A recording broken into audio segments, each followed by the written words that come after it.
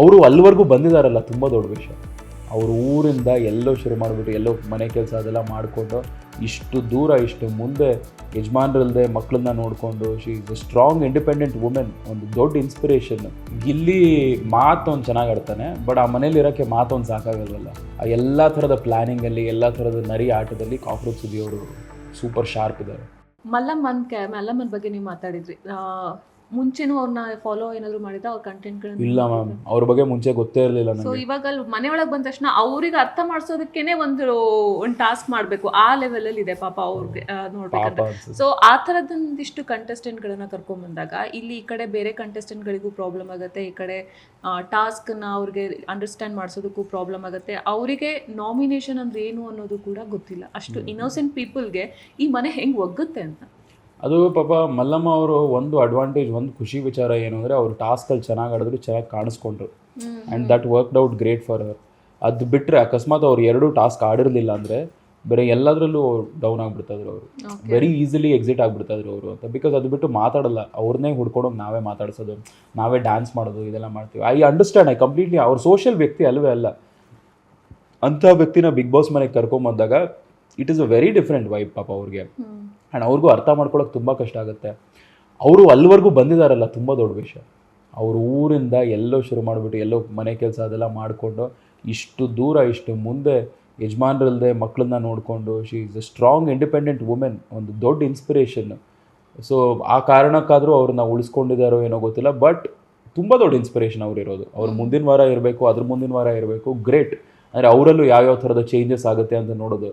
But ಆ ಮನೆಗೆ ಹೊಡೆದಾಕ್ಬಿಡುತ್ತೆ, ಯಾವ ಥರದ ವ್ಯಕ್ತಿ ಆಚೆ ಬರ್ತಾರೋ ಗೊತ್ತಿಲ್ಲ. ಅದೊಂದು ಐ ಪ್ರೇ ಫಾರ್ ಹರ್ ಅಷ್ಟೇ. ಅದು ಬಿಟ್ಟರೆ ಆಟ ಅಂತ ಬಂದಾಗ ಜೆನ್ಯೂನಾಗಿ ಅರ್ಥ ಮಾಡ್ಕೊಳ್ಳೋಕೆ ಕಷ್ಟ ಮಾಡ್ತಾರೆ. ಮೇ ಬಿ ಈ ವಾರದಲ್ಲಿ ಅವರು ಸ್ವಲ್ಪ ಯೋಚನೆ ಮಾಡ್ತಾ ನಾನು ಎಲ್ಲ ಅರ್ಥ ಮಾಡ್ಕೋಬೇಕು. ನಾಮಿನೇಷನ್ ಅಂದರೆ ಏನು, ದಿನಸಿ ಅಂದರೆ ಟಾಸ್ಕ್ ಬರುತ್ತೆ ಗ್ರೋಸರೀಸ್ಗೆ, ಅದಕ್ಕೆ ನಾನು ಯಾವ ಥರ ಆಡ್ಬೇಕು ಟಾಸ್ಕಲ್ಲಿ, ಇದೆಲ್ಲ ಸ್ವಲ್ಪ ಬೇಸಿಕ್, ಇದೆಲ್ಲ ಅರ್ಥ ಮಾಡ್ಕೊಂಬಿಟ್ರೆ ಅವ್ರಿಗೂ ಈಸಿ ಆಗಿಬಿಡುತ್ತೆ ಅಂತ. ಅವ್ರು ಪಟ್ಟಂತ ತಲೆ ಓಡಲ್ಲ. ಅಂದರೆ ಸ್ವಲ್ಪ ಹೇಳಿಬಿಟ್ಟು ಅರ್ಥ ಮಾಡಿಸ್ಬೇಕು, ಕೂಡಿಸ್ಬಿಟ್ಟು ನೋಡಿ ಅಮ್ಮ ಹಿಂಗಿದೆ ಅಮ್ಮ, ಹಿಂಗೆ ಮಾಡಬೇಕಮ್ಮ ಅಂತ ಹೇಳಿದ್ರೆ ಅವಾಗ ಅರ್ಥ ಮಾಡ್ಕೊತಾರೆ ಅವರು ಅಂತ ಹೇಳ್ತಾ ಇರೋದು. ಸೊ ಅಂಥವ್ರಿಗೆ ಸ್ವಲ್ಪ ಕಷ್ಟ ಬಿಗ್ ಬಾಸ್ ಮನೆಯಲ್ಲಿ. ಅಂದರೆ ಫಸ್ಟ್ ಫ್ಯೂ ವೀಕ್ಸ್ ನೀವು ಏನು ಬೇಕಾದ್ರೂ ತಳ್ಬೋದು, you can push it saying ಚೆನ್ನಾಗಿ ಆಡ್ತಾರೆ, ಟಾಸ್ಕ್ ಮಾಡ್ಬೋದು.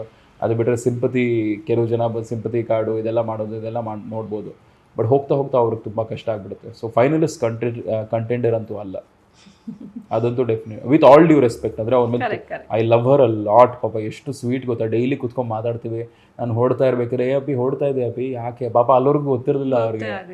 ನಾನು ಎದ್ದು ಓಕೆ ಬಾಯ್ ಅಂತ ಹೇಳ್ತಾ ಇರ್ಬೇಕಾದ್ರೆ ಸುದೀಪ್ ಸರ್ ಅವ್ರು ಎಲಿಮಿನೇಟೆಡ್ ಅಂತ ಹೇಳಿದಾಗ ಗೊತ್ತಿಲ್ಲ ಅವ್ರಿಗೆ ನಾವು ಹೋಗ್ತಾ ಇದ್ದೀವಿ ಅಂತ. ನಾನು ಎದ್ದು ಬಾಯ್ ಅಂತ ಎಲ್ರಿಗೂ ಹೇಳ್ತಾ ಇರ್ಬೇಕು, ಅಯ್ಯೋ ಹೊಡ್ತಾ ಇದೆಯಾ ಅಂತ ಬಂದು ಕೇಳಿದ್ರು. ಅಯ್ಯೋ ಪಾಪು, ಸಿಕ್ಕಾಪಟ್ಟೆ ಸ್ವೀಟ್ ಅವರು. Okay, this is too early to ask. ಇವಾಗ ನೀವು ಹೇಳಿದ್ದಕ್ಕೆ ನಾನು ಕೇಳ್ತಾ ಇದ್ದೀನಿ, ಫೈನಲಿಸ್ಟ್ ಕಂಟೆಂಡರ್ ಅಂತೂ ಅಲ್ಲ ಅವರು ಅಂತಂದು. ಇವಾಗ ಎಟ್ ದಿಸ್ ಟೈಮ್ ನಿಮಗೆ ಅಲ್ಲಿರುವಂತಹ ಜನಗಳಲ್ಲಿ ಯಾರು ಫೈನಲಿ ಬರಬಹುದು ಅಂತ ಅನ್ಸುತ್ತೆ?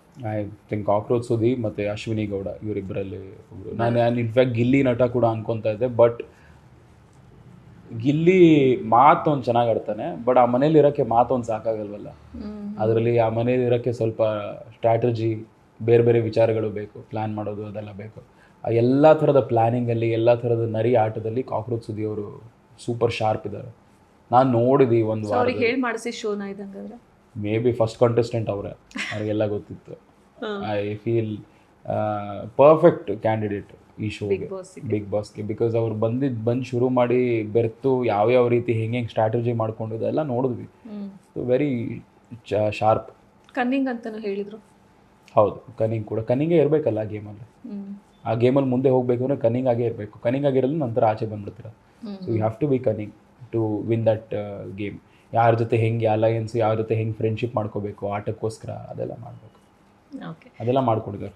ಸೊ ಅನ್ಎಕ್ಸ್ಪೆಕ್ಟೆಡ್ ಹೊರಗೆ ಬಂದರೆ ನೀವು, ಸೊ ಆರ್ ಜೆ ಆಗಿ ನೀವು ಆರ್ ಜೆಯಿಂಗ್ ಮಾಡ್ತಾ ಇರಬೇಕಾದ್ರೆ ನಿಮಗೆ ಆ ಒಂದು ಎಮೋಷನ್ಸಿಗೆ, ಆಮೇಲೆ ಆ ಮೂಡಿಗೆ ತಕ್ಕಂಗೆ, ಆಮೇಲೆ ನಿಮಗೆ ಇಷ್ಟವಾದಾಗ, ಖುಷಿಯಾದಾಗ ಒಂದೊಂದು ಹಾಡನ್ನು ನೀವು ಪ್ಲೇ ಮಾಡೋಂತಹ ಒಂದಿಷ್ಟು ನಡೀತಾ ಇರುತ್ತೆ ಅಲ್ವಾ? ಸೊ ಇವಾಗ ಅಟ್ ದಿಸ್ ಟೈಮ್ ನಿಮ್ಮ ಎಮೋಷನ್ಸ್ ಜೊತೆಗೆ ನೀವು ಯಾವ ಹಾಡನ್ನು ನೀವು ಪ್ಲೇ ಮಾಡ್ಬೇಕಂತ ಅನ್ಕೊಳ್ತೀರಾ ಆರ್ ಜೆ ಆಗಿದ್ರಿ ಅಂದರೆ? ಓಕೆ, ನಾನು ನನ್ನ ರೇಡಿಯೋ ಸ್ಟೈಲಲ್ಲೇ ಹೇಳಲ್ಲ.